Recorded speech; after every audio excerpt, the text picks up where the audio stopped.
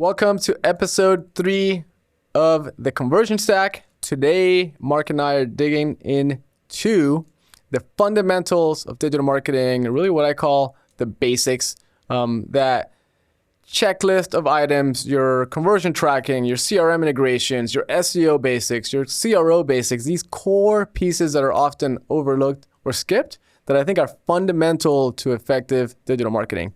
And Mark might teach us a little bit about home care, which is pretty interesting. So I'm excited to jump in and let's chat.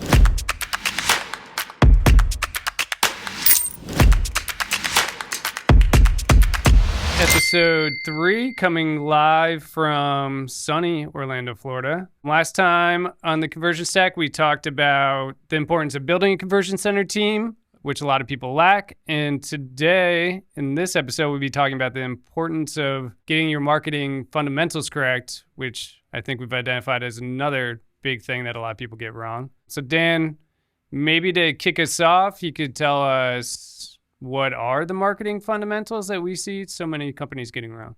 I like to call this the non-sexy part of marketing.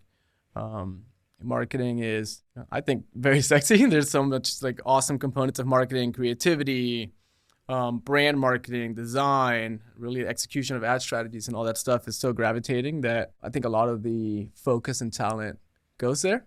I'm not on LinkedIn that much, but I think a lot of people on LinkedIn or even in the design world show the sexy end product, but you never see, I don't know, how the sausage is made or maybe not that, that's more process, but like everything in the back end that is making sure that that campaign is a successful campaign. Yeah. I use sports reference a lot. I grew up playing sports and I equate the fundamentals to sports. If you don't have that proper stance, if you're not running correctly, if you're not using the right form when you shoot correctly, you're not going to achieve your full potential. And we want to do the same thing with digital marketing. And we want to urge our partners and really everyone out there to not skip the fundamentals if they want to achieve their full potential.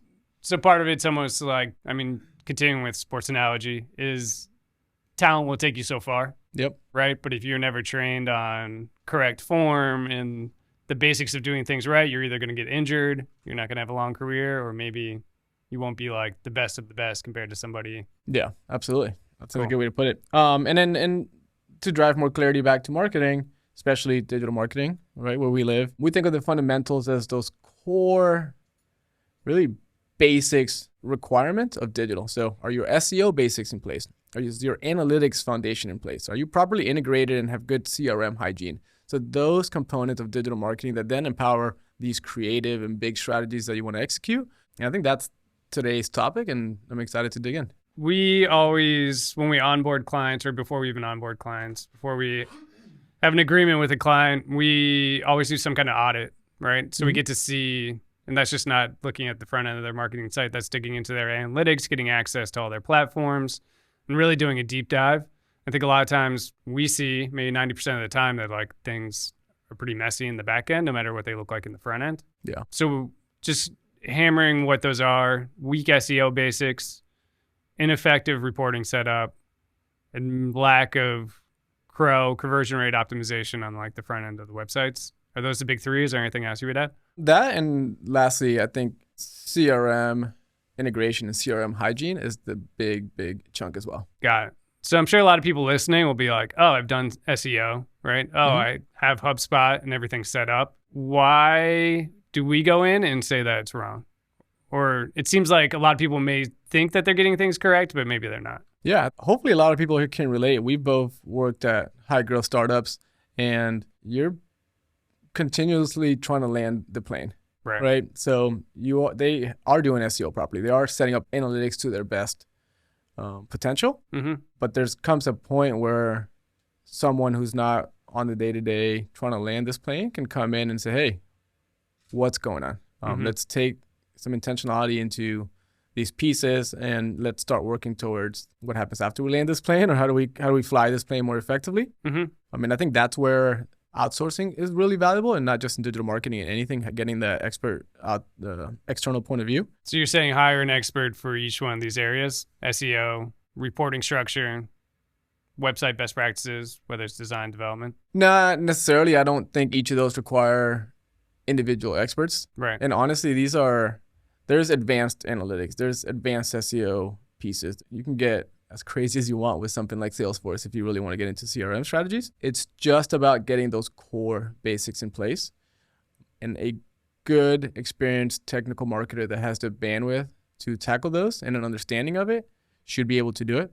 The way we typically approach it, and we've approached it with companies, is we just focus exclusively on that for the early stages of the relationship. Right. Let's get all your SEO basics checked off. Right. Let's get all your core conversion events checked off. I know CRO and conversion rate optimization is an ongoing practice, but hey, let's implement all the best practices that didn't go into place when you hacked your website together and we're focused on building everything else that's important in the business. So it's about having that framework to do that and the intentionality to really focus on that to make it happen. So it's part of the reason why we see people get it wrong, do you think, is that they do it initially, maybe when they're a startup, and then in each kind of like phase of growth, and I know these aren't like very delineated phases of growth, but they never come back and revisit it? Is it kind of like, hey, we did SEO 2 years ago and it's done, right? Or we like set up our CRM and now it's done for the next 5 years? It's exactly that. We're going to talk about this a lot, and I think this is where this is going to go today, but it's ownership. Those pieces get set up to their best potential at that stage. Got it. But then you get bogged down with all the intricacies. I have no idea what you were just trying to say. Intricacies? There you go. Intricacies of day-to-day operation in a business, and no one is raising the red flag when your metadata gets updated, or hey, we just switched the website and all the old conversion events are now broken and there's no workflow to actually solve those problems. Got it. So, right. I made a new website. The agency who made it for me had some kind of SEO focus. Now it's done. We've been adding pages for the last 2 years, but nobody's updated the metadata or done all the best practices because people may not even know about it, but if they do, it sounds like nobody even owns it. Yeah. Like who within a company owns updating metadata? Yeah. That's not usually someone's job description. Correct. Product market fit companies that are good companies that are executing, the fundamentals, which are often overlooked, actually tend to move the needle a lot.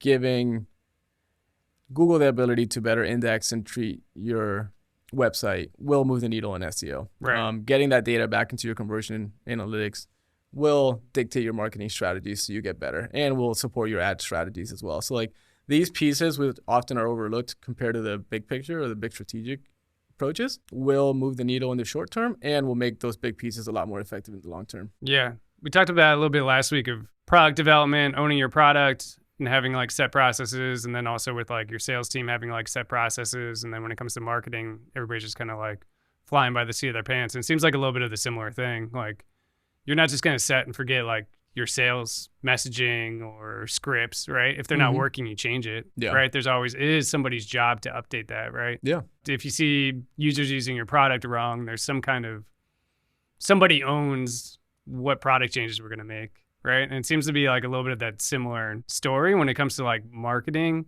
or digital marketing best practices.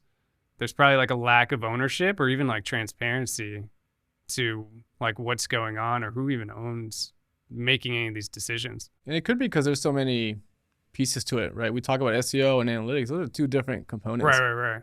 But you have a hard time not thinking of a practice in the world where the fundamentals don't need to be in place. So, you come from a creative background. I'm sure there's a ton of creative fundamentals when you approach design, when you approach website creation.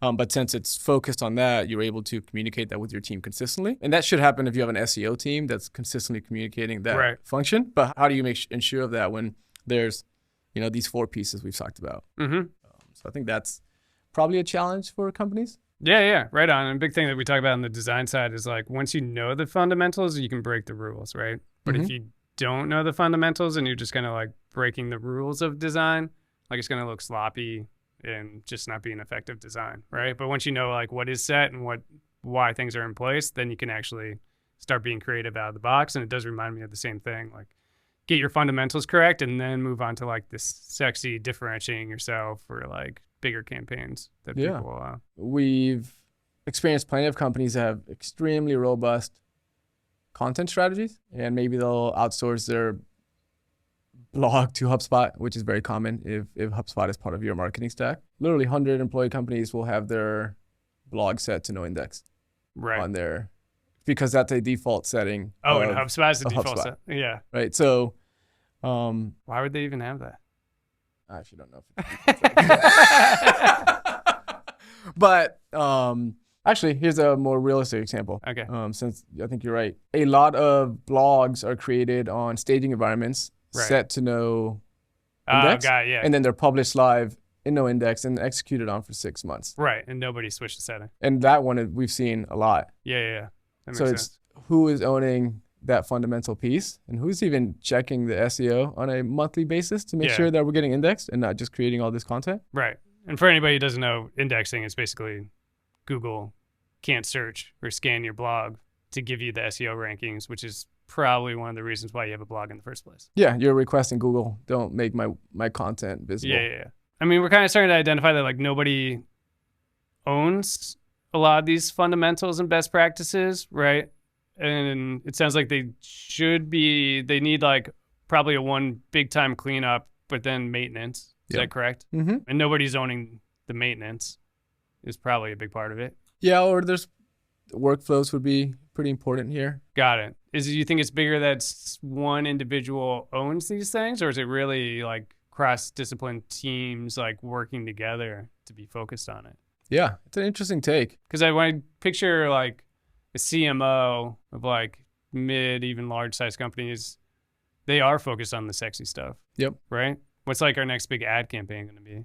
Right? What's going to be our Super Bowl commercial? And then maybe you just have like outsourcing to an agency or a different department, making sure that, it's probably not even part of the CMO's like checklist to make sure that the website landing page that's part of the campaign is like not set to no index or something, right? Yeah. Like that's not even on their radar. Mm-hmm. I guess it just comes back to like who owns it, or is it like, is that part of the development team that should make sure of those things? And does the development team even know? Yeah. I guess that's where I'm like I know that we do these things, but I'm getting lost.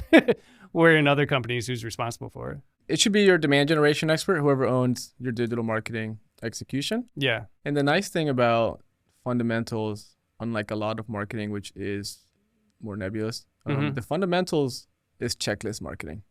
It's having that Asana project or Trello project that every month you're ensuring these 20 things are in place. All the key events are being tracked. Our metadata is being updated. Our CRM integrations and attribution passover is happening. If you're operating inside that tech stack, you should see a red flag pretty often if it's ever not. But if it doesn't have clear structured ownership, you might miss it. And if you do, it's a 30-minute task once a month. Sure, I did like my SEO once and I did these other things once. And it's 3 years later, my company's doubled in size. Yeah. We're almost a whole different company now, right? And we launched this cool, like, sexy campaign. We spent a ton of time it's a big integrated campaign. So we do blog posts, we do some, like, videos, paid ads, a whole landing page, have a ton of ad spend. What's the worst thing that's going to happen if my foundation is cracking? The worst thing that'll happen is you are exposing yourself to bad decision making. And I specifically want to tie that to the analytics component. Mm-hmm. The biggest difference between traditional marketing and modern day digital marketing is that you have access to data in real time to get better. Every time somebody sees my ad, there's a data point that gets indexed that I can use for future decision making. And we didn't have that with TV and billboards. So if you don't have those fundamental pieces in place to deploy your strategies and learn from your strategies, it's going to be hard to continue to get better. Got it. So then when it comes to like updating, adjusting like a campaign or any initiatives, that's where you're going to be lost. Yeah, I think that's a huge component of it. On the CRO side, we all know how increasingly expensive the platforms are becoming. If you're in a competitive space, payment technologies or the legal space, you're paying $300 for a click. Yeah. And if you're not squeezing as much value out of every single one of those clicks, it can really ramp up. So we see what can happen when things aren't done correctly. When do you find that CEOs, CMOs realize that these fundamentals are like the foundation is cracked and that's what is causing the problem? Or did they even know it? Or like, I feel like sometimes when we do our audits, we have to call the baby ugly a little bit. Mm-hmm. And we're like, hey, did you guys even know that these things should be done? we talk a lot about the need for technical expertise and full stack execution, and for teams to really know the ecosystem that they're living in, and having that expertise in-house or having that expertise out of house. The CEO is not going to be up to date in what's going on with your digital basics. Right. They should know if reporting isn't happening properly. Yeah. So they should be able to call out the big picture if it's getting to that level of issues. Yeah. In today's world, your team needs to understand how important the foundation is to really effective digital growth. And as we've spoken, either have that in-house or out-of-house, or pursue different growth channels. But like, these are pieces that need to be in place for effective demand gen. Got it. So you're almost saying every department within organization should understand like marketing fundamentals or conversion fundamentals and have that knowledge so that they're almost implementing those things on a maybe not daily basis, but everything they do, that's almost something that they consider. The marketing team should. Yeah. The same way the sales team needs to know the importance of CRM hygiene. Yeah. I'm trying to find other examples in other departments, but I live in the sales and marketing world. But yes, there needs to be clear ownership of the fundamentals of. Yeah. I mean, I'd argue even a developer shouldn't be launching a blog with it on no index. Yeah. Right? I mean, if they do, it should be communication or process in place to be like, hey, is this intentional? Because this seems really wrong based on my, small understanding of like marketing and what we're trying to do. Right? Yeah. The same way that a designer would throw up a red flag of, I don't know, hey, we're doing this kind of ad and it says buy now, but it's like an ebook, right? It's an ad for an ebook and it seems like it should be like a learn more. Do we really want buy now here instead of just, hey, I got a design brief. It said to do this. I'm going to do it. Yeah. We talk a lot about the modern marketing team has developers, has designers, and they're part of those systems and workflows. In a good team environment, the marketer and the developer know to hit those checkboxes. Cool. Yeah. It's about to go out. Do we have a CTA on the blog that drives the next action? Do we have our index settings properly? Do we have our default metadata for any new blog post in place? So those things are part of that workflow. Yeah. So looping back to this idea, I kind of asked earlier, and maybe I didn't get your full thoughts that I wanted to, is like, how do you know that the fundamentals aren't in place?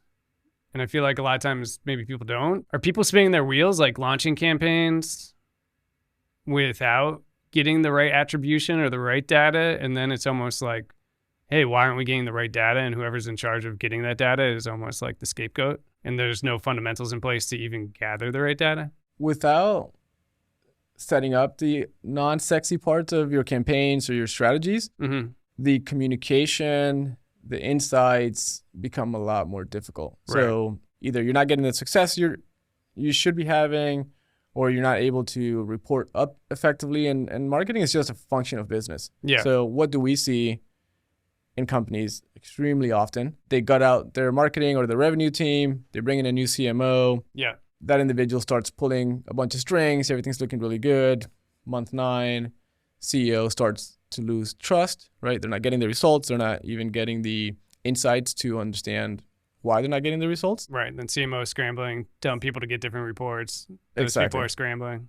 And then you get this, I call it the 12-month CMO churn that we're seeing across a ton of companies today. Yeah.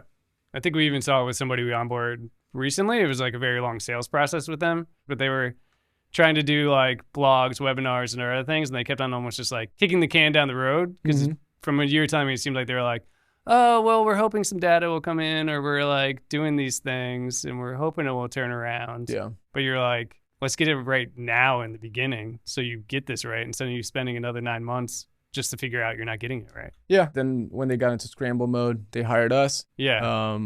CMO becomes more exposed because now there's data and exactly what we talked about. The churn happened. Right. Everybody lost confidence in everybody. Yeah. It was almost too late, right? Yep. Yeah. And that's a very common story in today's marketing environment. Awesome. So to recap, people probably don't have the fundamentals and maybe blaming it on other things, right? So kind of barking up the wrong tree as far as like what's wrong with their marketing or what's wrong with their campaigns and why they're not seeing the right data. And then 2, fundamentals is kind of an ongoing thing, not just to set it, forget it. And then 3, someone really needs to own the fundamentals within an organization, whether it's an individual or everybody at each piece of the way, like having an understanding and knowing it a little bit. Yeah. We may even want to start digging, like defining deeper the fundamentals. Sometimes we call it the basics of digital marketing, which might make more sense because the fundamentals is the big word. Yeah, or foundation. Right? Yeah, foundation is a really good one. But maybe we'll create a foundation checklist and link it to this post. I know we talked click below. Yep, click below. I know we talked about a lot of pieces. Something that I want to do for the world, and we try to preach to our partners, is make the difficult easy. And the fundamentals break because there's not a practice for it. But again, are we updating our metadata every quarter and making sure it's still relevant, right? Yeah. Are we ensuring that our conversion events are not breaking? Are we checking when leads go into Salesforce and HubSpot and they have the proper insights? Yeah. If set up properly, it can be 2 to 3% of the marketing function. Yeah. And we really want to continue to urge individuals to get those pieces right, because the upside to that 3% is actually extremely high. Reminds me of almost owning a house, right? You have like your house, you get it and you're all happy. Hopefully it has a good foundation. Mm-hmm. But then you have like your monthly like maintenance items, your 6-month maintenance items. Like I didn't know I was supposed to put like bleach in my AC unit here in Florida, and then it craps out. Oh, Tyler's giving me a shocked look. He'll experience it in 2 months when it's hot as hell out. But then it got clogged, and we're sweating in our house for 3 days straight while we're trying to get an AC guy to repair it. But it's like, if I knew that fundamentals of like, oh, I just got to check it every month and add a little thing, it would have been perfectly fine. Well, now I know that fundamental. We are now the homeowners checklist podcast. So since you might have a few Florida listeners, why don't you tell us exactly what that is? On your AC unit in Florida, which isn't like this way up north in New Jersey where I grew up, but you'll have like a little cap on your inside AC unit that you need to screw off. Yep. And you're supposed to put like vinegar. Sorry, not bleach. That's the unenvironmental stronger version. So I would never do that. Fake news in that first attempt. It's vinegar, everyone. A little white vinegar into that, and it kills off like the algae or bacteria that's growing that's going to end up like clogging the pipe. Look at that. Because it like drains outside. So if you go outside, there's like a little drip of water that's going somewhere. Talk about a fringe benefit to our podcast. Yeah. So hopefully you made it to the end of the podcast. I could have just saved you hundreds of dollars in repair costs. Big takeaway, don't skip the basics. Yep. If you're unsure on the basics, you know how to reach us. We're at Grow with OM, or just comment on where you see this podcast and we will gladly jump in and give you some advice. Thanks, Dan. Thanks, Mark.